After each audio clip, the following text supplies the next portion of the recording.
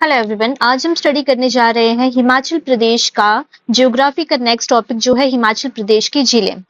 ठीक है, तो एग्जाम पॉइंट ऑफ व्यू से इस टॉपिक से जितना भी मटेरियल आता है, डाटा आता है, वो सब कुछ आज हम यहाँ पे देखेंगे। तो चलिए स्टार्ट करते हैं। सबसे पहले हम स्टार्ट करने जा रहे हैं यहाँ पे लाहौल स्पीति की झीलों को। ठीक है, तो लाहौल स्पीति में एक फेमस झील हमें देखने को मिलती है सूरजताल। एक बार अगर हम इसकी पिक्चर देखें तो ये है हमारे पास सूरजताल झील। ठीक है, यहाँ पे तो चलिए देख लेते हैं इसके बारे में थोड़ा सा। जो सूरजताल झील है उसकी हाइट आती है हमारे पास 4800 मीटर। कुछ कुछ जगह पे इसकी हाइट जो है वो 4950 मीटर भी देखने को मिलती है, बट मैक्सिमम टाइम जो एग्जाम में देखने को मिलेगी 4800 ही देखने को मिलेगी, जो पहले आ भी चुकी है एग्जाम में। नेक्स्ट देखते हैं हम यहाँ पे इसकी लोकेशन कहाँ पे है। तो बारालाचा पास के अपोजिट में प्रेजेंट है सूरजताल झील। आपको पूछेंगे कौन सी रिवर से जो है इस झील का सोर्स है या कौन सी रिवर से ये झील निकलती है, तो हमारे पास रिवर है यहाँ पे भागा रिवर जो है यहाँ पे सोर्स आएगा इसका। ठीक है, चलिए बाकी इसके अलावा जो है नेक्स्ट हमारे पास अच्छा एक चीज रहेगी हमारे पास सूरजताल के बारे में।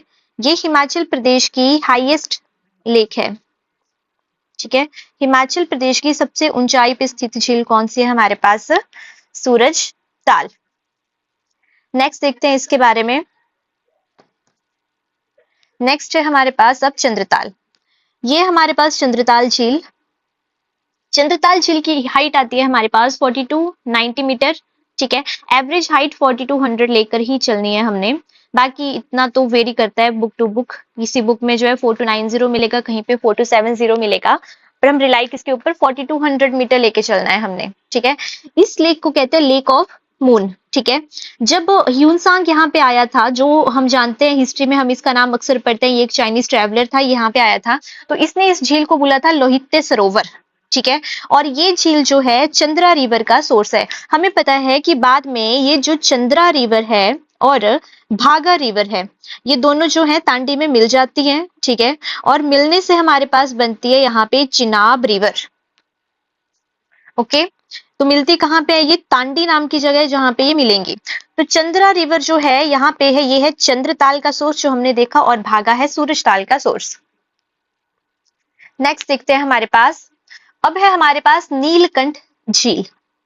तो नीलकंठ के बारे में देख लेते हैं। नीलकंठ जो है ये मनाली के पास प्रेजेंट है। ठीक है, मनाली के पास एक नैन गहर नाम की जगह है लाहौल में। ठीक है, नैन गहर में प्रेजेंट है नीलकंठ। नीलकंठ को नीलकंठ क्यों बोलते हैं? क्योंकि इसके पानी का कलर क्या है? ब्लू है। और हम जानते हैं कि नीलकंठ हम किसको बोलते हैं? शिव को बोलते हैं, शिव जी को बोलते हैं हम नीलकंठ। ठीक है, तो इसी झील के पास है हमारे पास शिव जी का मंदिर। ठीक है, इसके बारे में खास बात यह है कि यहाँ पे सिर्फ आदमी ही जा सकते हैं, औरतें इस झील के पास या फिर इस मंदिर के पास नहीं जाती हैं। तो औरतों को यहाँ पे विजिट करने की परमिशन नहीं है, सिर्फ आदमी ही यहाँ पे जा सकते हैं। और यही नीलकंठ से होता है थिरोट नाले का ओरिजिन। ठीक है, तो हमें पूछेंगे थिरोट नाला कहाँ से निकलता है? ये जो नीलकंठ लेक है ये इसका सोर्स है।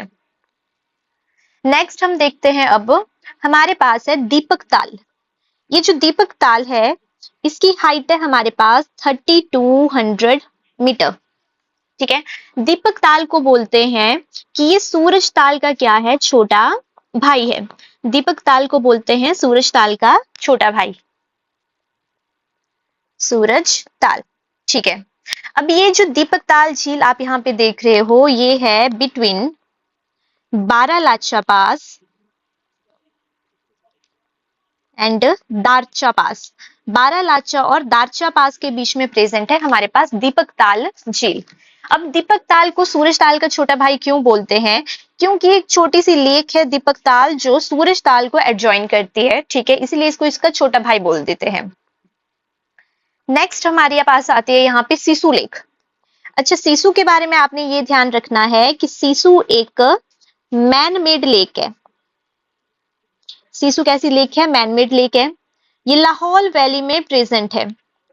ठीक है, तो सीसू लेक है लाहौल वैली में प्रेजेंट, मैन मेड लेक है। अब मैन मेड है दैट मीन्स किसी रिवर के बैंक पे बनाई गई होगी ये, तो ये चिनाब रिवर के किनारे जो है वो बनाई गई है। ठीक है, तो ये ध्यान रखना है। सीसू आर्टिफिशियल लेक है, लाहौल वैली में प्रेजेंट है और चिनाब नदी के किनारे ये झील प्रेजेंट है। नेक्स्ट देखते हैं। अब देखो यहाँ पे अभी जो हमने झीलें पढ़ी ना उन्हीं को अरेंज किया गया है। इसमें से जो झील हमने नहीं पढ़ी उनामसो लेक है, इसके बारे में देख लेते हैं। उनामसो जो है ये प्रेजेंट है हमारे पास 4680 मीटर की हाइट के ऊपर, ठीक है। जब आप लाहौल स्पीति से जाते हो ना ऊपर लद्दाख वाले रीजन की तरफ को जाओगे, ठीक है, तो रास्ते में जो लास्ट लेक हमें देखने को मिलती है वो उनामसो है। लाहौल स्पीति से लद्दाख की तरफ जाते हुए सबसे लास्ट में जो लेक आपको मिलेगी वो कौन सी लेक है आपके पास? उनामसो लेक, ठीक है। तो इसको जो है हाइट वाइज अरेंज किया गया है, जैसे दीपक ताल है, उसके बाद धनकर है, सिसु है, उनामसो है, ठीक है, और नीलकंठ है। अच्छा, धनकर लेक हमने नहीं पढ़ी तो इसको देख लेते हैं एक बार हम। धनकर लेक कहाँ पे प्रेजेंट है? स्पीति वैली में प्रेजेंट है धनकर लेक, ठीक है। इसकी हाइट है हमारे पास 4136 मीटर, ठीक है। और इसी लेक के पास है हमारे पास धनकर मोनेस्ट्री, ठीक है। इसी लेक के पास हमें मिलेगी धनकर मोनेस्ट्री। तो ये ध्यान रखना है कि धनकर लेक के पास कौन सी, यहाँ पे कौन सी मोनेस्ट्री है? धनकर मोनेस्ट्री। अच्छा, उनामसो लेक भी होगी, नीलकंठ भी होगी, ठीक है। तो यहाँ पे हमारे पास लाहौल स्पीति की ये लेक्स होती है कंप्लीट, ठीक है। पर यहाँ पे ना अभी क्या हुआ था, रिसेंटली न्यूज में लाहौल स्पीति की लेक जो थी एक रही है, ठीक है। शायद न्यूज में आपने इसके बारे में पढ़ा भी होगा, तो चलिए उस लेक को डिस्कस कर लेते हैं हम एक बार। हमारे पास लेक है कालका लेक, कालका लेक लाहौल स्पीति में प्रेजेंट है। सतलुज रिवर जो है यहाँ पे सोर्स माना जाता है इसका। कालका लेक न्यूज में क्यों थी? यहाँ पे हमारे पास 4 ऐसी लेक्स थी जो न्यूज में रही हैं हिमाचल में रिसेंटली, ठीक है। ये कालका थी, बसपा थी, ठीक है, गेफांग लेक थी और वासुकी लेक थी। ये रीजन क्या है इनके न्यूज में रहने का? ये ग्लेशियर लेक्स हैं, ठीक है। ये सारी ग्लेशियर लेक्स हैं और ग्लेशियर्स के मेल्ट होने के कारण इन लेक्स का जो साइज है वो इंक्रीज करता जा रहा है बहुत फास्ट, ठीक है। और चांस है कि ये लेक जो है वो फट जाए, मतलब कि और फ्लड आ जाए नीचे की वैली में, ठीक है, इसलिए ये न्यूज में थी। तो जो 4 लेक्स न्यूज में थी उनमें से लाहौल स्पीति की कौन सी लेक हमारे पास न्यूज में रही है? कालका लेक। ध्यान रखना है सतलुज रिवर इसका सोर्स है यहाँ पे, ठीक है। और ये कैसी लेक है? ये ग्लेशियर लेक है, कालका लेक।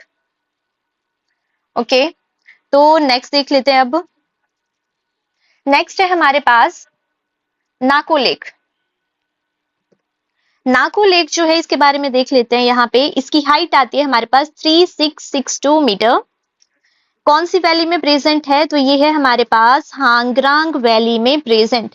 हांगरांग वैली के बारे में आपने हिस्ट्री में कुछ और भी पढ़ा होगा। जब हम किन्नौर की हिस्ट्री या शिमला की हिस्ट्री पढ़ते हैं तो हम यहाँ पे देखते हैं कि हांगरांग वैली जो थी वो राजा केहरी सिंह को मिली थी गिफ्ट में। अब किसने दी थी केहरी सिंह को गिफ्ट में? तो जो तिब्बत के राजा थे उन्होंने ये वैली जो थी केहरी सिंह को गिफ्ट में दी थी, क्योंकि केहरी सिंह ने करी थी तिब्बत के राजा की हेल्प बैटल में, ठीक है।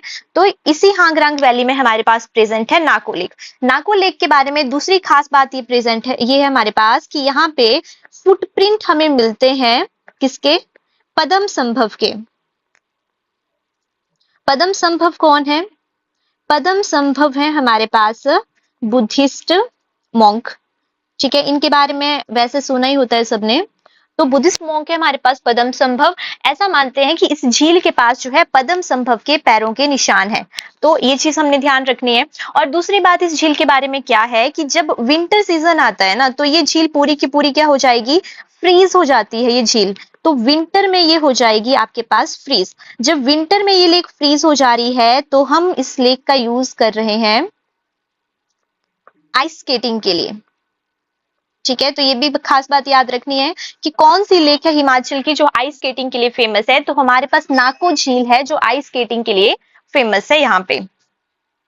चलिए नेक्स्ट देखते हैं। अब ये नाको लेक के बारे में जो मैंने पहले एक्सप्लेन किया कि हांगरांग वैली में प्रेजेंट है, पूह में प्रेजेंट है, ये हांगरांग वैली के पूह में प्रेजेंट है। पद्म संभवा के फुटप्रिंट है यहाँ पे और सर्दियों में ये लेक हो जाती है फ्रीज और आइस स्केटिंग के लिए ये लेक है फेमस। नेक्स्ट है हमारे पास यूला लेक। देखो ये यूला लेक है हमारे पास। मैक्सिमम टाइम हमें ये लेक जो है सोशल मीडिया पे या न्यूज में बहुत इजीली देखने को मिल भी जाती है, ठीक है। अब यूला लेक के बारे में पढ़ते हैं, ये कहाँ जैसे प्रेजेंट है? तो ये है किन्नौर की निचार तहसील में प्रेजेंट। कहाँ पे? किन्नौर की निचार तहसील में प्रेजेंट है। और अगर आपको ये पूछेंगे ना कि किन्नौर में कौन सी वैली में ये प्रेजेंट है, तो हमारे पास रोपा वैली में ये झील प्रेजेंट है, किन्नौर के रोपा वैली में। ठीक है, अब देखो इस झील के बीचों बीच आपको एक टेम्पल मिल रहा है देखने को। ठीक है, जहां पे ये इस रास्ते से होके जो है इस टेम्पल तक जाते हैं, झील के बीचों बीच है। तो एक टेम्पल है हमारे पास लॉर्ड कृष्णा का। और इस टेम्पल के बारे में खास बात ये है कि ये है one of the highest temple. ठीक है, दुनिया के सबसे ऊंचे कृष्णा के मंदिर में से एक है ये मंदिर। अच्छा, अब इस मंदिर को बनवाया किसने था? तो ऐसा माना जाता है कि ये मंदिर जो था वो पांडवों ने बनवाया था। हमें पता है कि जब पांडव वनवास काटने आए थे, फिर उन्होंने अज्ञातवास काटा, तो हिमाचल के डिफरेंट डिफरेंट एरियाज में उन्होंने काटा है, जैसे किन्नौर हो गया, लाहौल स्पीति हो गया। उससे पहले वो कुल्लू में रह रहे थे। ठीक है, तो वो यहाँ आए थे, उन्होंने जो है ये लॉर्ड कृष्णा का टेम्पल यहाँ पे बनाया हुआ है। तो ये उस टाइम का पुराना मंदिर है। नेक्स्ट है हमारे पास सोरंग लेक। सोरंग लेक, इसके बारे में जो आपको क्वेश्चन आता है ना, या तो ये आ जाता है नॉर्मली कि सोरंग लेक जो है वो कौन सी डिस्ट्रिक्ट में है, तो हमने ध्यान रखना है किन्नौर में। और किन्नौर में कहाँ जैसे है, तो किन्नौर के निचार में ये प्रेजेंट है। किन्नौर में है निचार तहसील, वहां पे सोरंग लेक प्रेजेंट है। नेक्स्ट देखते हैं अभी। अब ये वही है जो मैंने ऑलरेडी एक्सप्लेन कर दिया। यहाँ पे दो लेक हैं जिनके बारे में हमने पहले डिस्कस नहीं करा है, तो इनको अभी देख लेते हैं।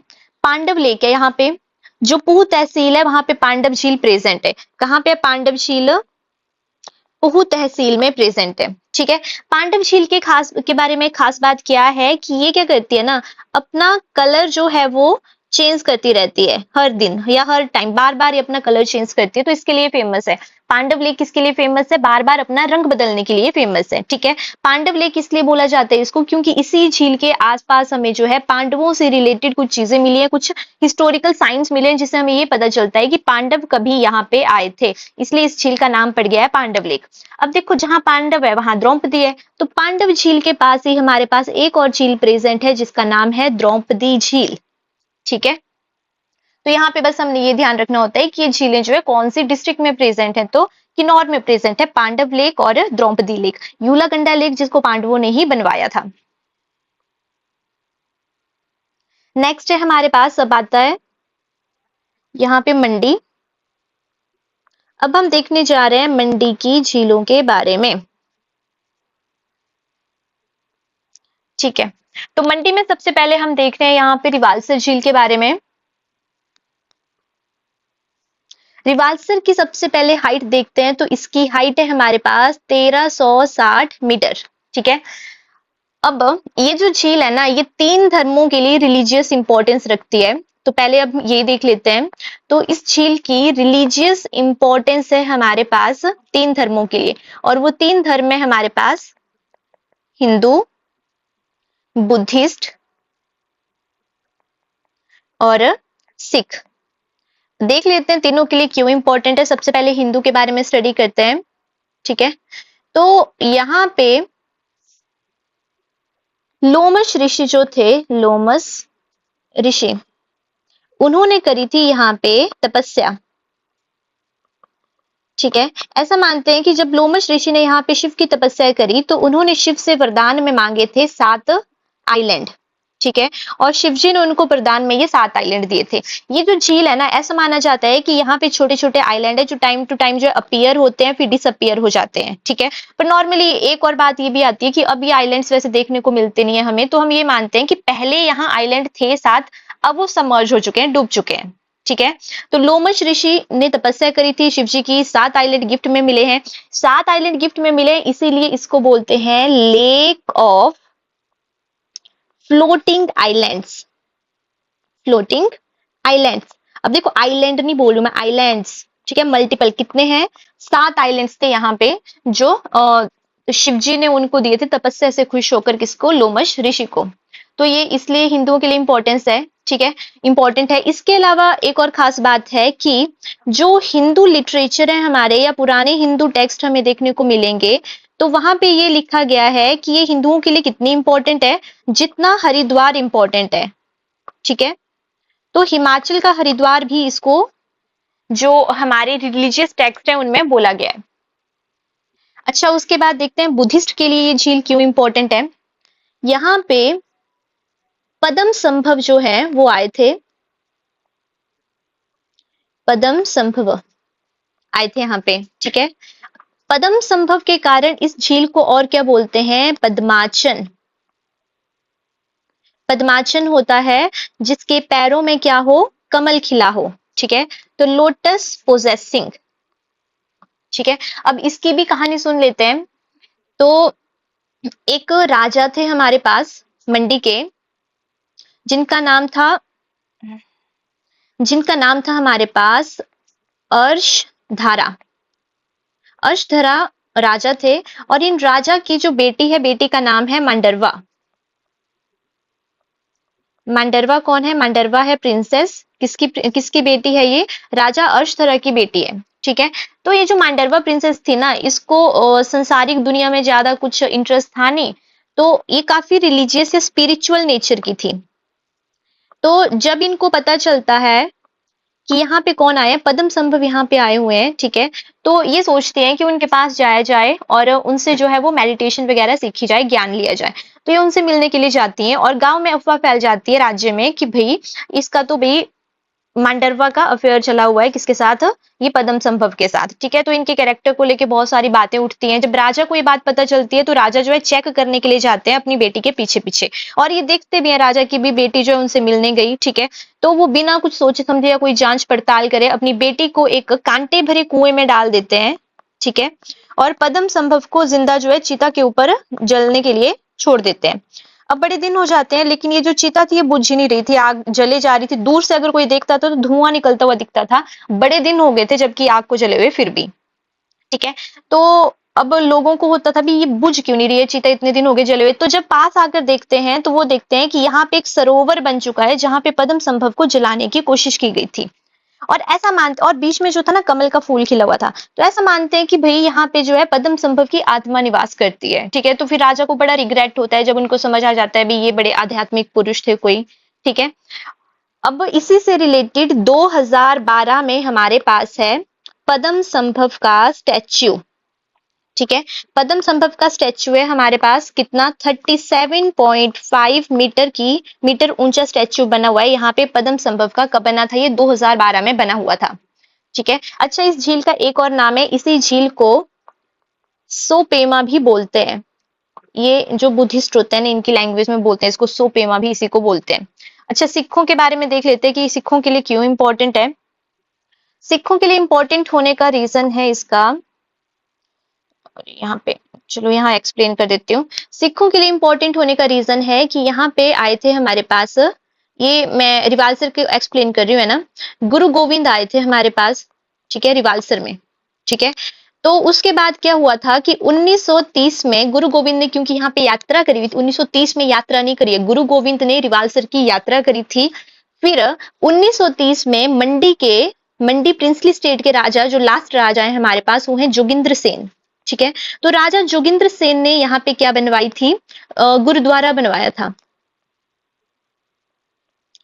गुरु गोविंद को डेडिकेटेड गुरुद्वारा बनवाया मंडी प्रिंसली स्टेट के लास्ट राजा जोगिंद्र सेन ने, कब, 1930 में, ठीक है। तो इस तरह से ये तीनों धर्मों के लिए इंपॉर्टेंट है। अब इसी रिवालसर झील के किनारे जो है छेच्चू मेला लगता है, ठीक है। कब लगता है छेच्चू मेला, हर साल बैसाखी के दिन ये मेला लगता है, और ये जो है तीनों धर्मों के लिए बहुत रिलीजियस इंपॉर्टेंस रखता है, ठीक है। बैसाखी कब होती है, 13 अप्रैल को होती है बैसाखी। तो उस दिन यहाँ पे छेच्चू मेला लगता है रिवालसर में, और ये तीनों धर्मों, हिंदू, बुद्धिस्ट, सिख, तीनों के लिए बहुत ही पवित्र दिन माना जाता है। अच्छा, इसके अलावा एक और चीज होती है यहाँ पे, शायद नेक्स्ट स्लाइड में देखने को भी मिले हमें। हाँ, इसके अलावा दूसरी चीज क्या है रिवालसर लेक के बारे में, रिवालसर जो है ना स्नेक वर्शिप के लिए फेमस है, ठीक है। पर्टिकुलरली जिस दिन ये छेच्चू मेला लगता है उस दिन यहाँ पे नाग आते हैं, बहुत सारे नाग देवता, ठीक है, और उनकी वर्शिप की जाती है। ऐसी भी मान्यताएं हैं यहाँ पे लोकल लोगों की कि नागों से उस दिन जो भी मांगा जाए वो 1 साल के अंदर वो विश पूरी हो जाती है, ठीक है। तो जितना भी इसके बारे में था वो हम पढ़ चुके हैं। एक और चीज है कि इसका पानी जो है ना, रिवालसर लेक का पानी अंडरग्राउंड फ्लो करता है, नागचला तक जाता है, मंडी के नागचला तक ये पानी जाता है। फिर देख लेते हैं हम पराशर लेक के बारे में। ये हमारे पास पराशर झील आपको यहाँ पे देखने को मिल रही है, और अगर सेंटर में आप देखोगे पराशर झील के तो हमारे पास देखने को मिल रहा है एक आइलैंड। ये आइलैंड जो है ना ये फ्लोट करता रहता है, ठीक है, तो ये इस झील की खास बात है। देख लेते हैं पराशर लेक जो है ये है 2730 मीटर की हाइट पे, कहीं कहीं पे 2743 मीटर भी है, पर उतना वेरी नहीं कर रहा है तो इससे ज्यादा डिफरेंस हमारे पास पड़ता नहीं है, ठीक है। पराशर झील का नाम पराशर इसलिए है क्योंकि यहाँ पे मेडिटेशन करी थी किसने? पराशर ऋषि ने। पराशर ऋषि ने करी थी यहाँ पे मेडिटेशन। अच्छा, मैंने बोला बीच में सेंटर में हमें फ्लोटिंग आइलैंड देखने को मिलता है, तो इसको बोलते हैं लेक ऑफ फ्लोटिंग आइलैंड। जो रिवाल्सर हमने पढ़ा वो आइलैंड्स है, 7 टापुओं का समूह है, ठीक है, तैरते हुए टापुओं का। यहाँ पे सिर्फ एक ही आइलैंड प्रेजेंट है, तो इसको बोलते हैं लेक ऑफ फ्लोटिंग आइलैंड। ये ध्यान रखना है, एक टापू है सिर्फ बीच में, है ना, बहुत सारे नहीं है, ठीक है। बीच में आपको ये टेम्पल देखने को मिलेगा, यहाँ पे पैगोडा स्टाइल का ये टेम्पल है जिसको राजा बाणसेन ने बनवाया था, ठीक है। जो हम टेम्पल्स के बारे में जब पढ़ेंगे तो वहां पे देखेंगे। अच्छा, एक और इंटरेस्टिंग बात है कि जो ये आइलैंड्स होते हैं ना, इनको लोकल जो डायलेक्ट होती है उसमें क्या बोलते हैं? टहला बोला जाता है। यहाँ पे आइलैंड को क्या बोलते हैं? टहला बोलते हैं।